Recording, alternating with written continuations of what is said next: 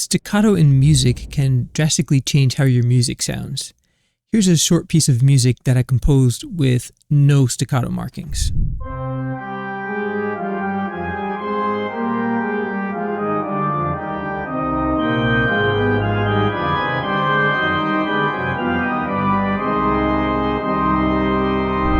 Now here's that same passage with staccato markings.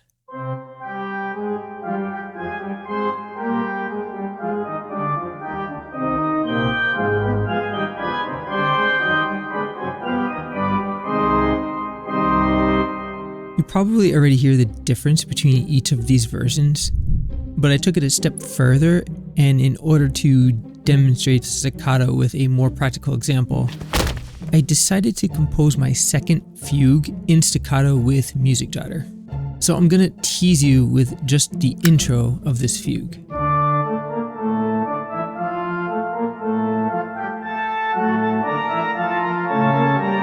The staccato actually gives this piece a chance to breathe.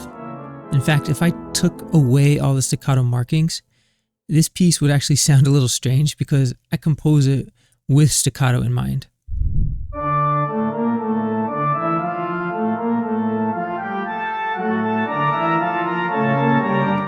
And by composing with staccato, this actually brings out the notes that I want to emphasize, such as the eighth notes or these quarter notes.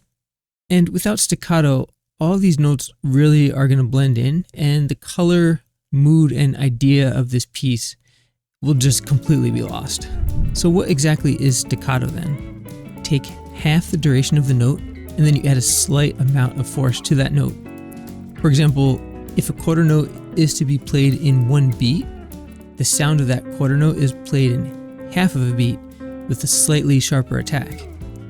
And if we were to write this out exactly on the score, the quarter note will have the duration of an eighth note and an eighth rest with a slight accent applied. But having rests all over the score gets messy, and this is what is mostly solved by using staccato. Mostly? Well, that's a good point. I say mostly because staccato also gives the note a slightly different texture due to its sharper attack. To add staccato to your notes in MusicJotter, hover over the note and press S to toggle, or you can highlight multiple notes by holding Command or Control and then drawing a box around your notes like this. MusicJotter also handles staccato between voices by avoiding collision like this.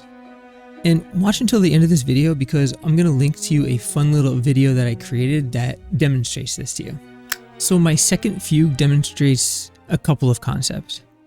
Aside from staccato being implemented in a practical application, I compose with voices as well. So this is mostly a 3-voice fugue, but there are some instances of me using 4 voices to create some distinct harmonies. Also, you might notice that I generally tend to avoid large gaps between notes in each voice in order to create a smooth sounding composition.